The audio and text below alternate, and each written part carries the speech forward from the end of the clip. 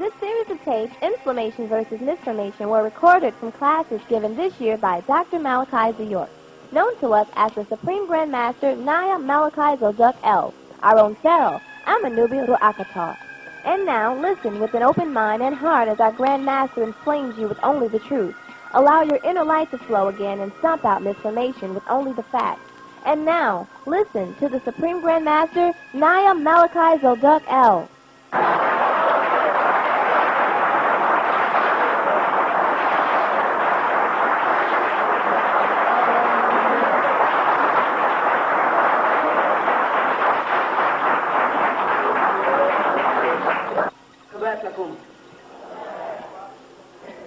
Anybody have any questions that may have been asked?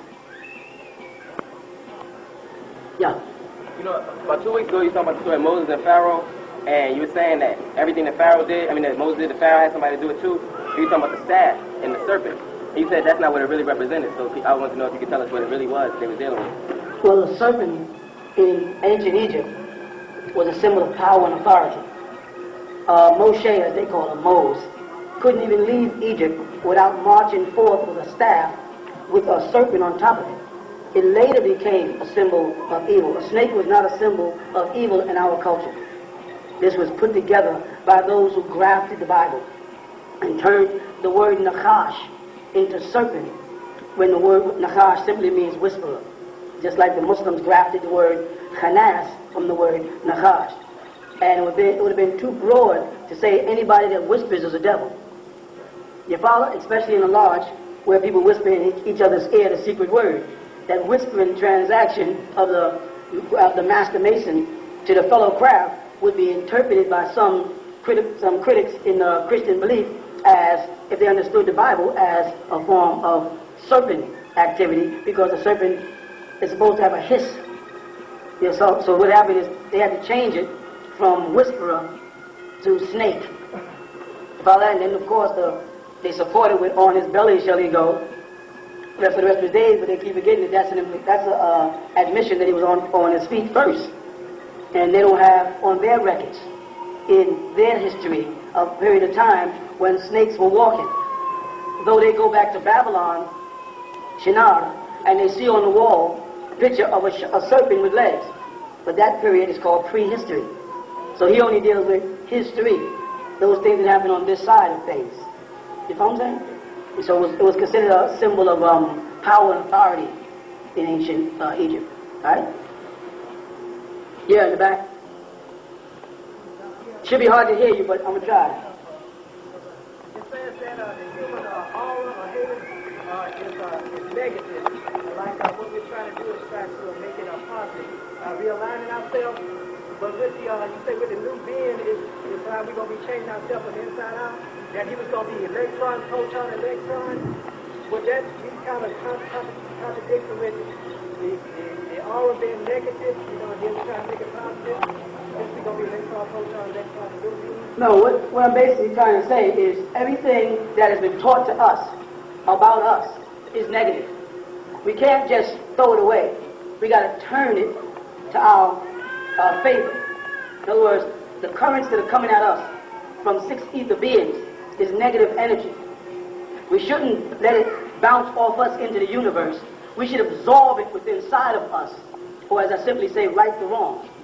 Absorb it. The same thing applies to the aura, right? The human aura right now, because of the magnetic imbalancement of the planet Earth, most people are walking around with negative currents. They've been encouraged to think negative, because they've been encouraged to think survival. They've been encouraged to think me, myself, and I. And that has bred this individualism that breaks you away from being a part of all.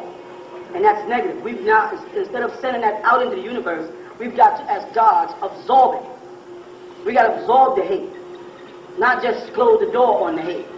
You know what I'm saying? We got to absorb all the negative energy, because we got the power to do that.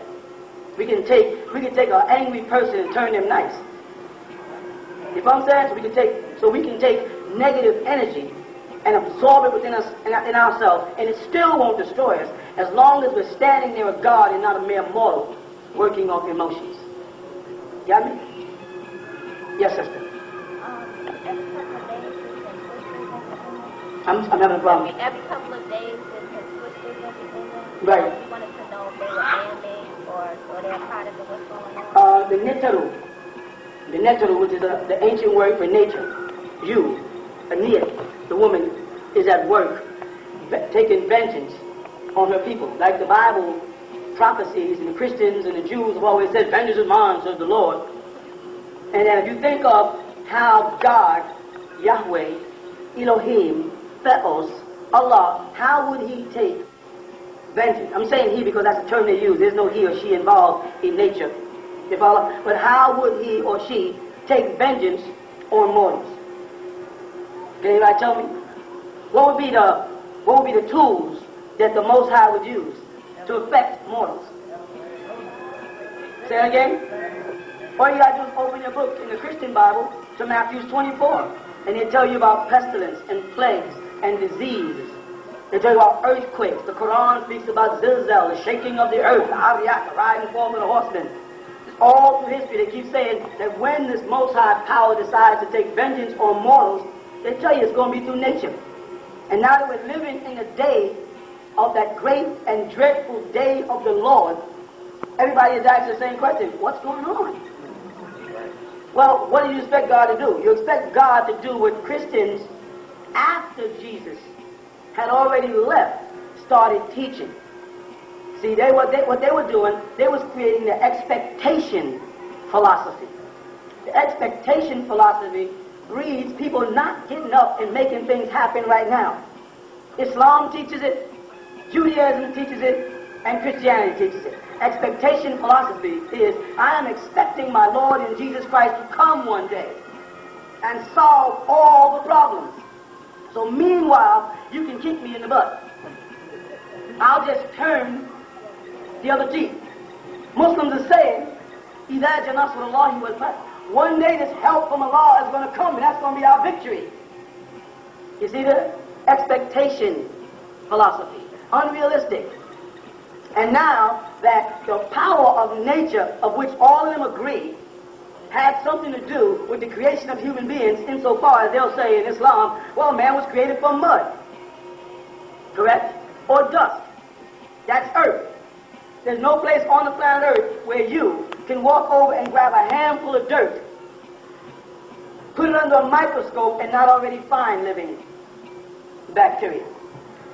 There's no place where you can find dust and put it under a microscope and not find living bacteria. So according to the Muslim world and the Christian world, when God created man from the dust of the ground, or from the mud of the earth, God wasn't creating the life, God was creating the body. The life was already there in the dust and the mud. Because again, I say, there's no place on the planet where you can grab a handful of dirt and put it up under a mic and you won't find some type of living bacteria, even 6,000 years ago. Or better yet, 4,004, which is the Christian calendar's calculation. You follow what I'm saying? Life was already there. Who put that there? Who created that form of life? What they're saying is shaped and formed, fashioned and shaped, man or mortal, of the dust or mud of the ground. But the life was already in it. That is working with nature. That nature had already provided life in the mud. Life is in the water. There's no water anywhere where you can put a scoop of water, take it and put it under a microscope. What will you see? You'll see life again. So if God took the dirt and the water, life and life, water, female, earth, man, that's why it's earth in the Bible called Adama, male. Male and female created he, them. Woman is the water, man is the earth. They got it backwards. Put them together and form mud. Two forms of life came together there. Or two forms of matter that contain life were brought together for a greater purpose. You follow that? That was nature at work. They can say or imply that a God reached down and did it with his own hands if they feel like it. But then we'll get into, he had hands.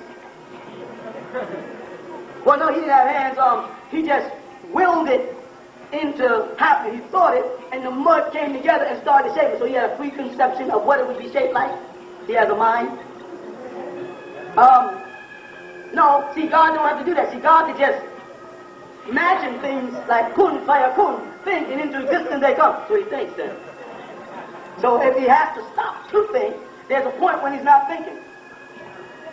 If he had to think of the idea of creating a human being, he had to say, I'm going to let us make a man. So what was he thinking the day before that? What was he thinking before he thought of creating man on behalf of mortals, I mean? Was he just there by himself? If nobody else is there with you, what would you be thinking about? If none of the things you overstand or understand have been created yet, what would you reflect on? Could you have an active subconscious mind? You understand? Could you have an active subconscious mind? A subconscious mind is when you store information. Could you have an active subconscious mind to store information before information was formed? With me? What was this God doing? What was Allah subhanahu wa ta'ala doing before he said, let us khalaqna al-insana min whatever? Because his Quran changes what means mud, then it's clay, then it's water, then it's from a single male and female, then it's from a cloud of congealed, whatever prophet or poet wrote it. What was he thinking, or what was he discussing with his wife the night before? Oh, I forgot. He doesn't have a wife. And he doesn't have any children. So he was sitting somewhere with these hands. It had nothing to do with the hands. So he said to himself, let us. Holding up his hands and creating his own trinity. Let us, me, you, and me, make a man. In our image, and after our likeness. And he went and shaped some mud and then said, and he blew into man the breath of life, and man jumped up, a living soul. How long? How long are we going to be believing this crap? When are you going to give this back to him and laugh and say, nice comedy? Just like you go back to the video store and you turn back in videos, it's time to turn back in the video called His Story. Yeah. Say it was a nice story. Thank you. I rented this video. I took it home. We watched it. It impressed me. I had moments in it where I believed it. It ended. The titles came up here. Because as the sister's asking me, what about all these tornadoes and things? Because their book of Revelations didn't tell them about that. Their book of Revelations tells them, wait for the craft to come. What about the people that are getting whipped up by nature right now before Jesus gets back? They go to church Sunday faithfully. But tornadoes don't pick Friday nights to come or Monday mornings. Tornadoes come. And they didn't prepare us for that. That's why you're asking. And it's happening all over the world. They're flooded in London. They're flooded in Germany. They're flooding the tornadoes. The volcano that's been dormant for thousands of years just erupted. They didn't prepare us for that. But have you noticed that it has not really affected us? If we are where we're supposed to be, it wouldn't be bothering us. If we are in the wrong environment, at the wrong time, with the wrong people, I don't care whether it's a bus, truck, or plane. I was talking to a lady yesterday in the store, and I said, I don't know about all this flying, because, 9 planes came down last week alone. She said, hell, a plane could have fell on somebody who was on the ground. I said, that's true. You understand the point? She was like, you don't have to be in the plane to die. What about the people that was on the ground when the plane came down? I said, that's the reality of it. That's true. So nature is doing this. You know why? Because it's our time. We should not be worried. Rain, most of y'all would have kept sitting here. And when it started smelling like dogs either. If you get my drift. It's our time. We work with nature. You with me? The Bible, the Quran, and all of those silly little books, that video we rented from them. Some 2,000 years ago, we went to the store and said, yo, can I get that video on a white God who came to earth to save everybody? We took that video home, called a video called Our Lord Jesus Christ. We popped it into the video recorder of our heart. And we sat there and we absorbed that crap, and we've been waiting ever since. If you're a Christian, you're saying, you shouldn't be talking about us like that.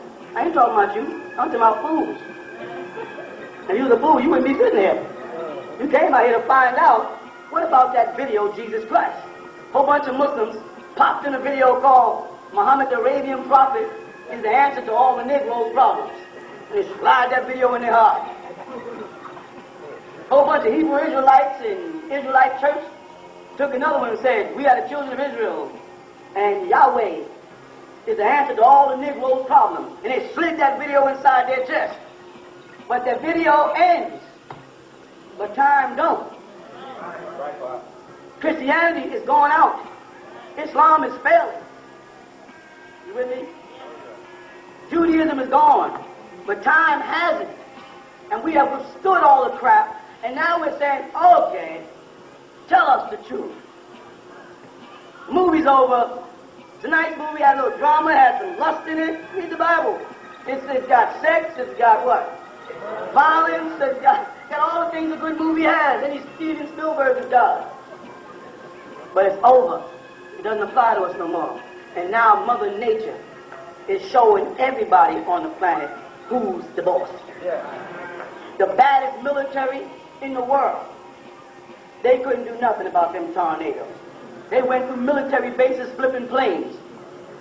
Whether it's in China, and they think they're sophisticated, or Russia, who thought they were sophisticated, or America, who thought they had sophisticated military capabilities. Mother Nature goes through airports with tornadoes and flips over planes.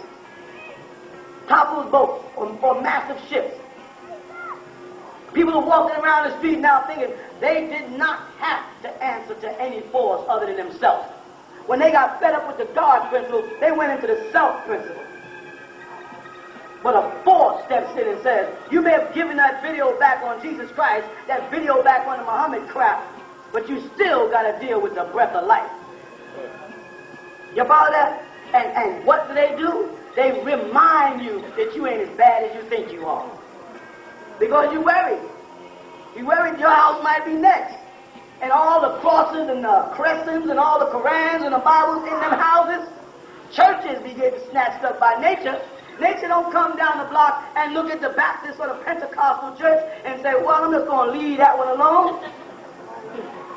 Nature comes down the street, knocks up churches, bars, discos, health spas, hospitals.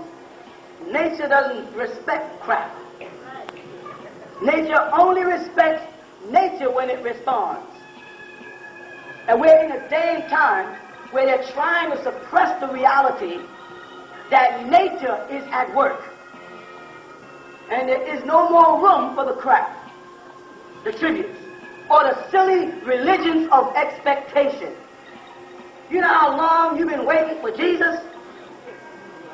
Everybody here has a relative, more than likely, that belongs to one of the monos, God of ignorance and arrogance, if you look it up. One of the monotheos, the Greek pluralization for God, theory. One of the monotheistic religions.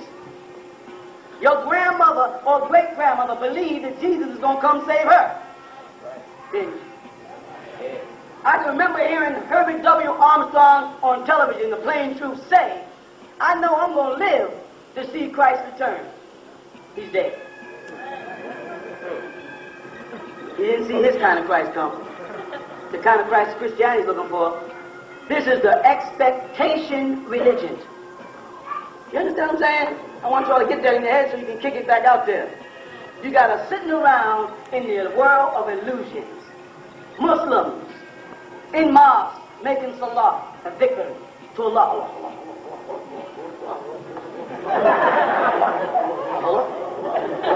Every now and then somebody takbir. Still, they go to Mecca and die. Still, they plan a plan. Look at this. They plan a plan, and Jesus plans a plan, and Jesus is the best of planners. Insofar as the plans that the Arabs had in New York last week to blow up some buildings was abruptly, right, blocked by Christians. Christian FBI ran in and shot 2 Muslims up and stopped them from doing their bombing in the name of Ismail. Is that right? Was that in the media? All them niggas laid up in the hospital with bullet holes in them? Did the bombing stop? So instead of saying they plan a plan and Allah plans a plan and Allah is the best of planners, you got to change that around now.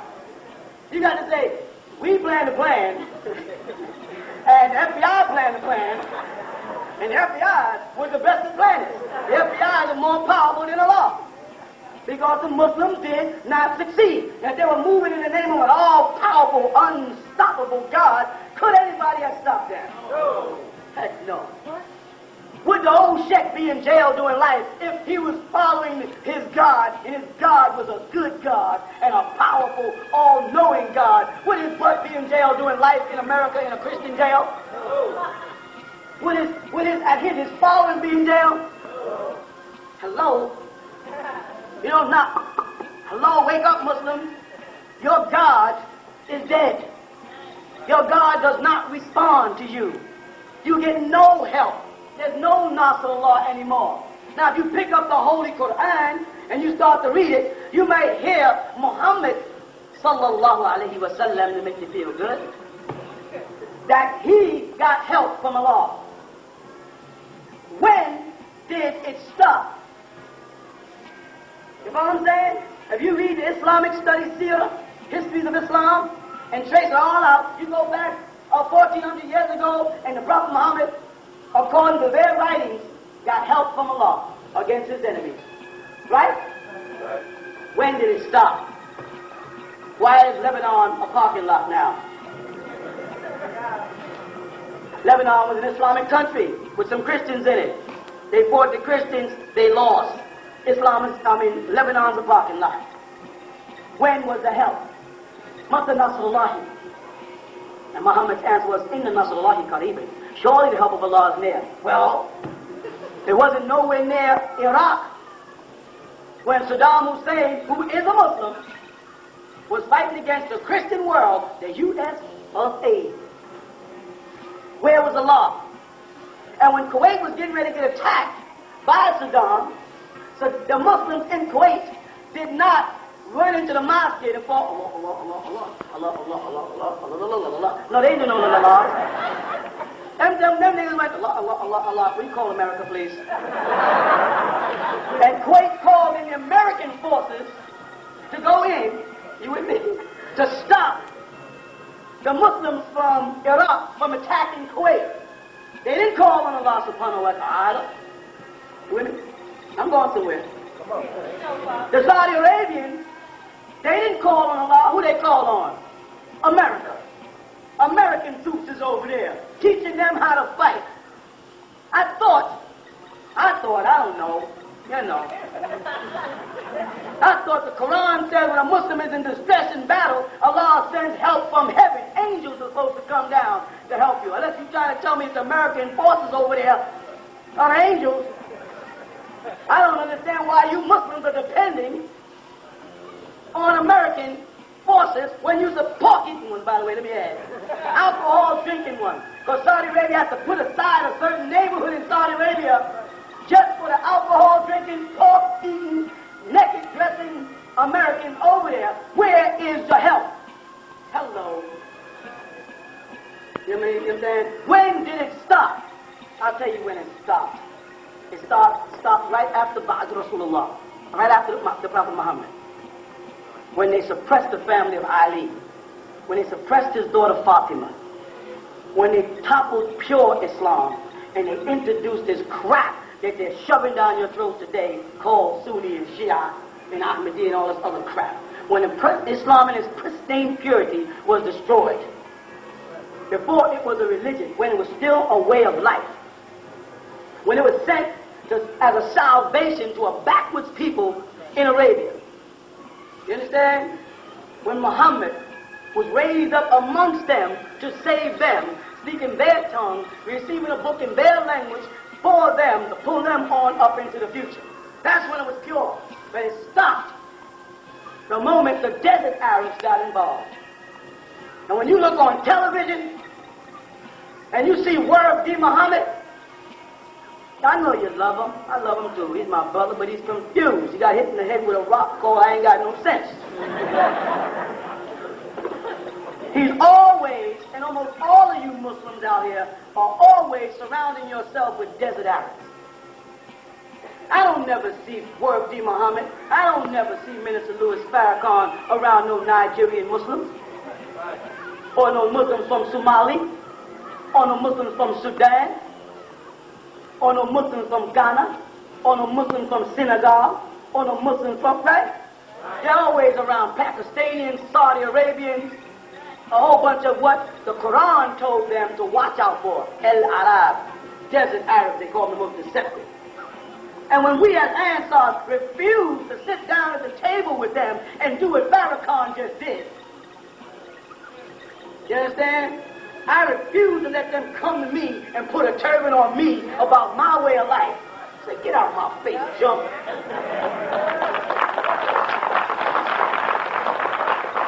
I had Islam before you knew what Islam was. Before Muhammad was born, we had Islam. You know what I'm saying? Now you're going to come and try to ask me, well, I want to join the Islamic Council with a bunch of confused Al-Arab, a bunch of hadith following fools. And I, as an Ansar, said, hell no. You got to go. And Muslims, black skin, woolly head, picky head, buckwheat ass niggas with tazirs on, got mad at me because I don't want to kiss no Arab butt. Then he must not be a Muslim. He ain't want a whole Ansar, he's a co-father. They all up in my private life because I don't want to fall in the train. I said, I'm hanging out with Sudan. And I picked Sudan over Nigeria because I can overlay this crowd in Sudan. And everybody here from nappy hair to wavy hair to light skin to dark skin to long nose to wide nose to brown to black to beige colored skin would fit in Sudan without any racial problem. Unfortunately, if you went to Nigeria, some of y'all, they'd be saying, you look Nigerian. Others, they'll be saying, what are you? But almost most of y'all got mistaken as a Sudanese as an answer. People say, are you Sudanese? Tells you where you had roots.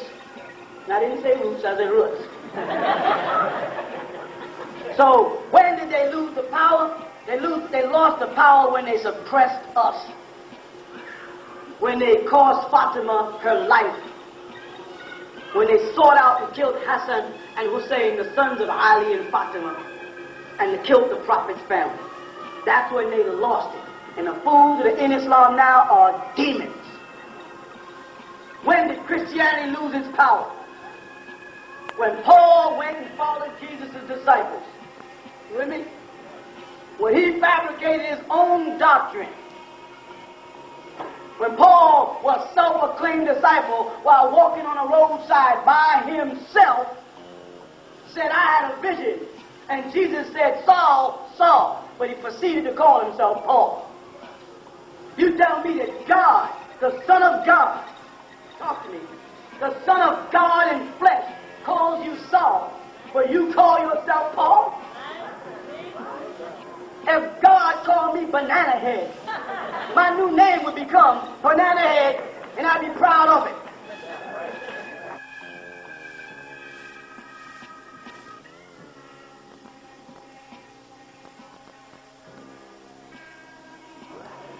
But Paul said he met Jesus on the roadside, so it could not be confirmed by the special disciples of Jesus, only by a handful of people who wanted to listen to Paul.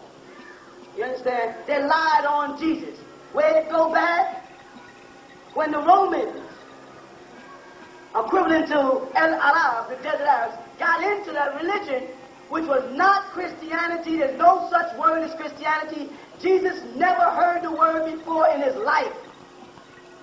Christians are being taught in church to call on somebody who would not respond. The boy's name was Yeshua.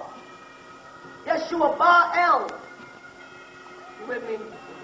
And that L is on the end of Gabriel, making him a Moor. He would have never known who you was talking about. So that's where that died. So now, these videos you selling us are rewritten stories that I'm supposed to accept on what you call faith and live in a world of expectation until I die. Jesus is coming. My grandmother said Jesus is coming. My great-grandmother said Jesus is coming. And on the other side of my family, there were Muslims, and they were saying the same thing about the Mahdi and the Messiah. He's coming. Generations passed, and he did not come. Believe you me, there's fools in church right now saying, today on Sunday, Jesus is coming. They still believe it. Jesus said in St. John's, you see me in a little while. We're 2,000 years away. Jesus' concept of a little while in most people's is real different. Muhammad said, surely the help is near. Inna nasrullahi qariban. Surely the help is near. Muhammad said that 1,400 years ago.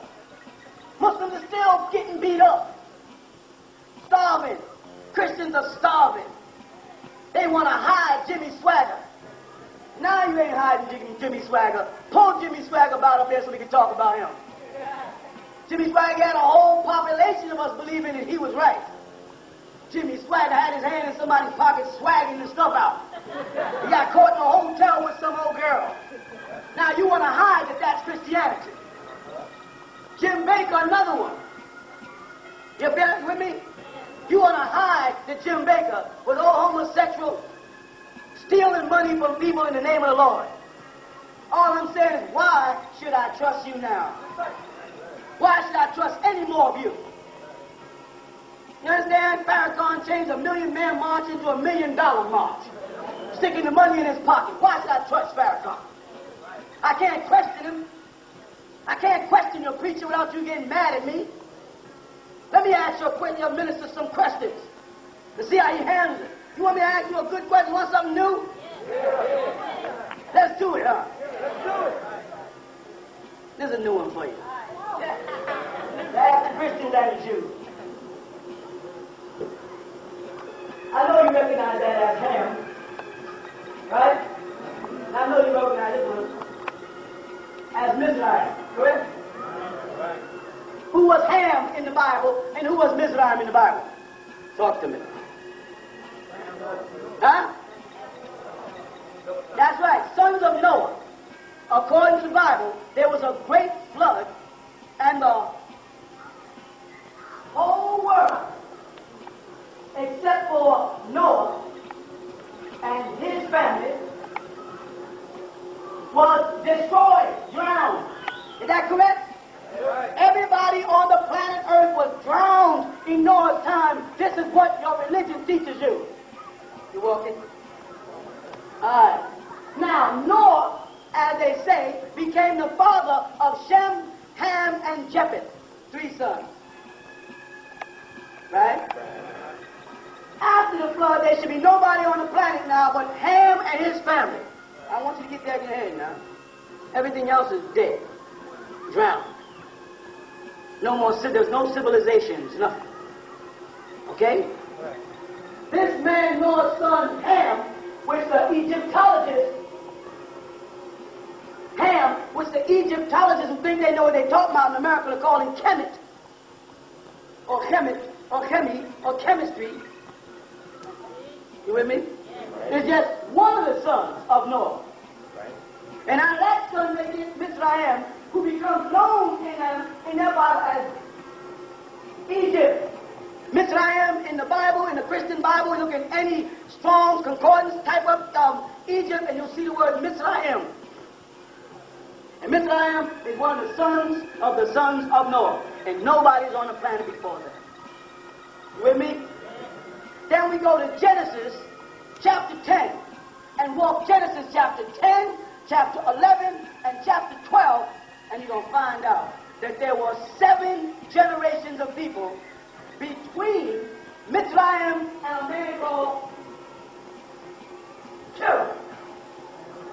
Terah was the patriarch of their religion, they say, which Abraham didn't know nothing about Christianity or Islam. His name was Abraham. Terah is the father of Abraham. Are you with me? Only 7 people lived between Mitzrayim, who was a part of the family that landed on the ark on Mount Ararat over in Turkey. No planes, no trains, no cars, foot, camels, and donkeys is the way they traveled back then. I lived there. You just believe in it. They had to travel from Turkey all the way to a place that did not exist if the flood really took place and everybody who was on the planet was dead, right? So they went over to a place that didn't exist, and a boy named Mitzrayim, who was a descendant from Ham, settled over there, and it became known as Egypt, which they say in the Bible it's Mitzrayim, or Muslims say Must. You with me? 7 people. Look at yourself. Your mother, your grandmother, your great-grandmother, your great-great-grandmother, and your great-great-great-grandmother. 7 people back. Go back from Terah to Mitzrayim, which really comes out to be 6 people. Now, Abraham, the son of Terah, travels eastward on a journey, the Bible says, with me, and goes into the land of Egypt. And on his way in there, he encountered a Pharaoh with great power. Yeah? A great power, a Pharaoh, was living in Egypt when Abraham got there, who wanted to take Abraham's wife. And Abraham gave her up because he was a punk. Because he was a chump. That's the only reason why he gave his wife up, because he's a punk. You understand? I can leave it. Real is real. But let's get back to the facts. So 7 people from Mitzrayim, and Mitzrayim was the first there after the flood, and he set up the whole empire of all of Egypt and his 36 dynasties, built all the pyramids and the Sphinx, all the obelisks, all the pylons of rose and fell, and all the different clothes, the designs, the concepts that they do not find in Israel, they do not find in Noah's time. The whole thing of Egypt, chemistry, alchemy, he did all that in 7 generations before Abraham got there. And by the time Abraham got there, they had this massive big empire that was so powerful that a Hebrew prophet had to humble himself before those people. You get where I'm going? Yeah. There ain't no way in the hell they could have built the great Egypt with 7 families. No way possible. Somebody's lying. Either the Abraham story going down there is a lie, or there is no Egypt.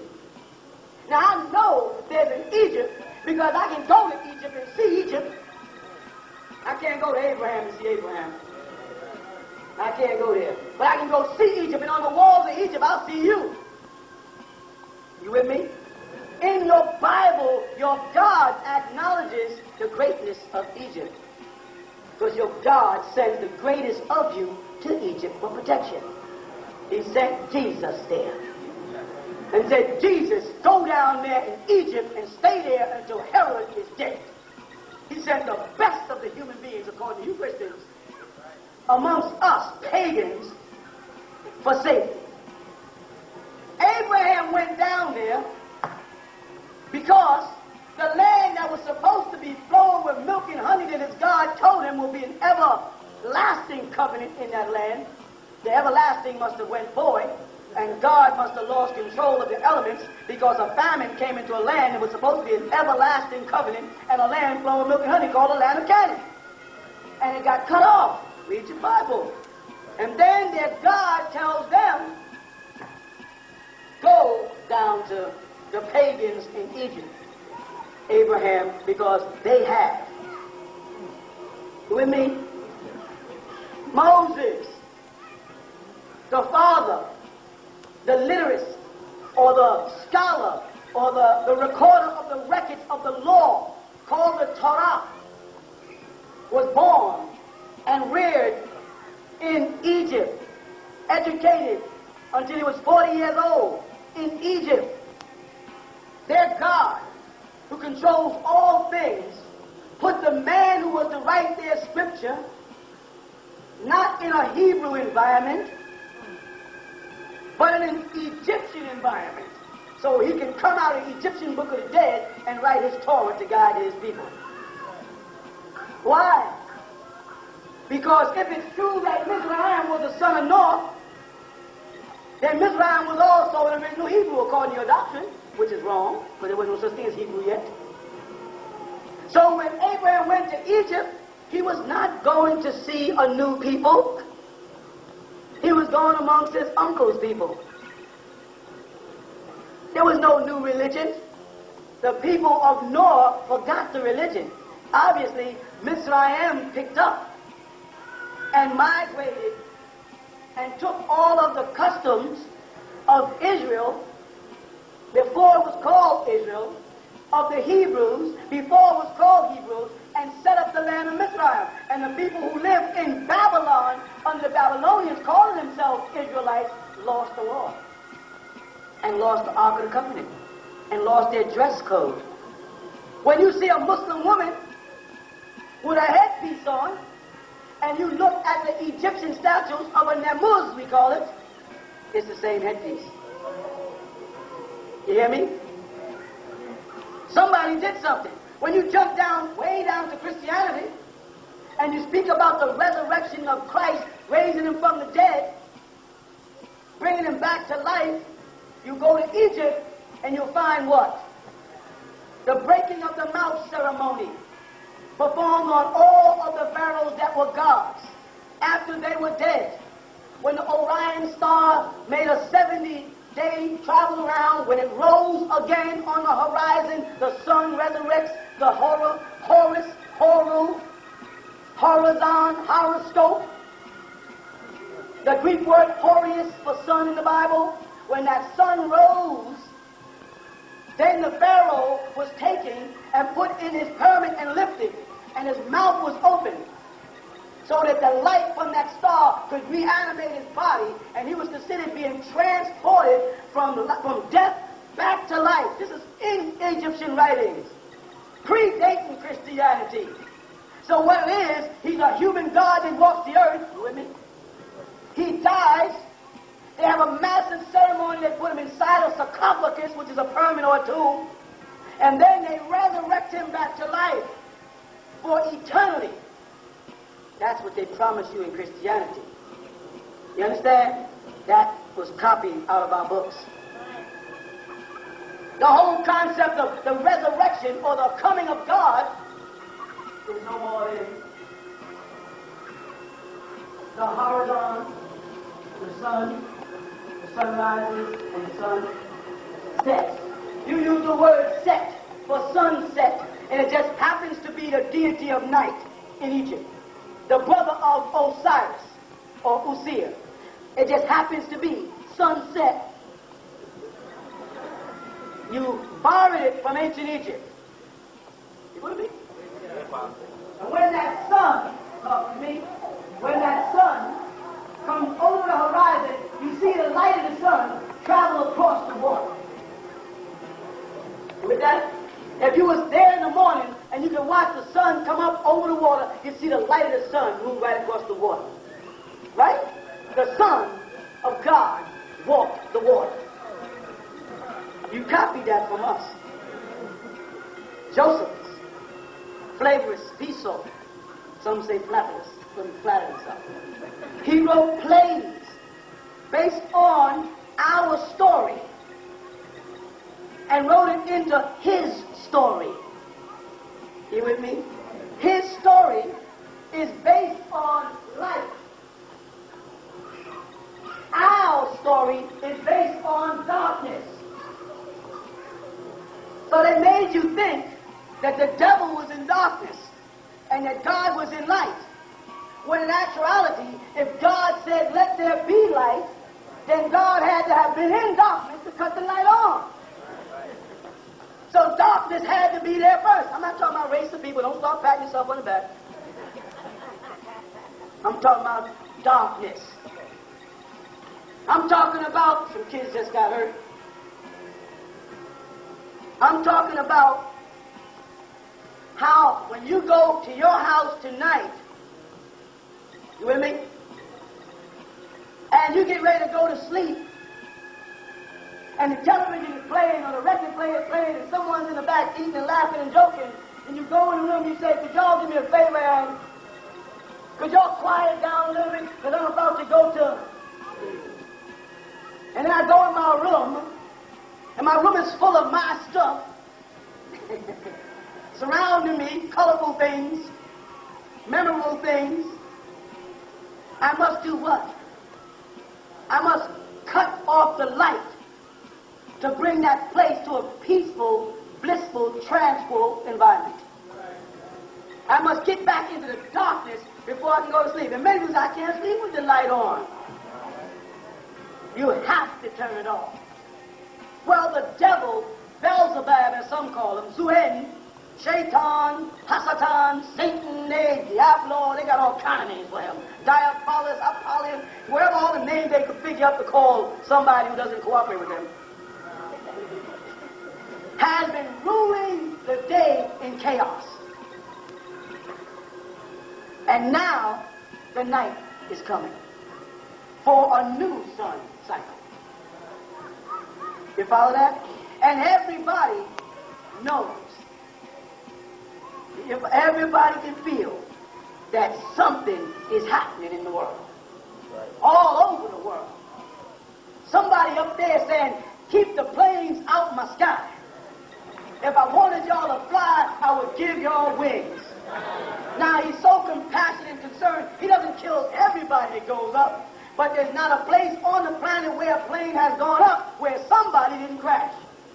But we're so dumb, we bungee jump even after the cord pops. So people are still flying. Boats are sinking.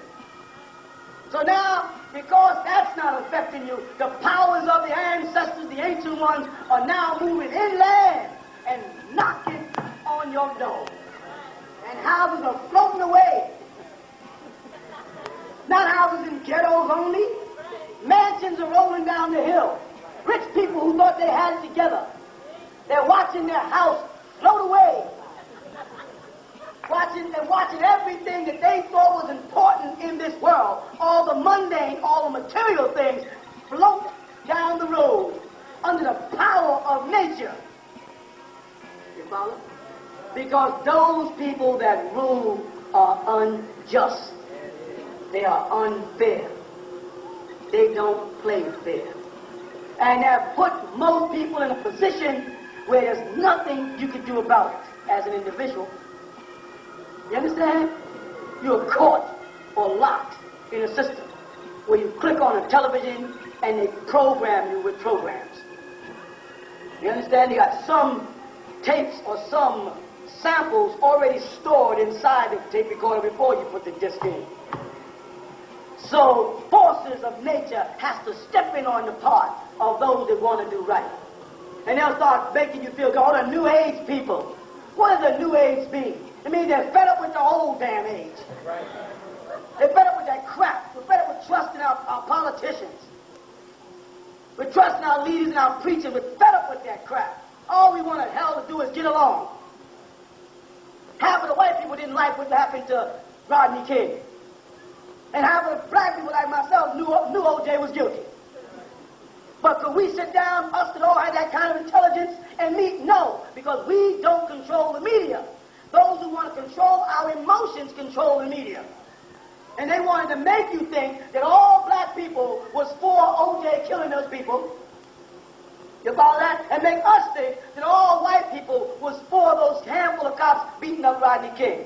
And that's keeping things the way they want them. That's business. That's the devil at work. You hear me? But how long? How long?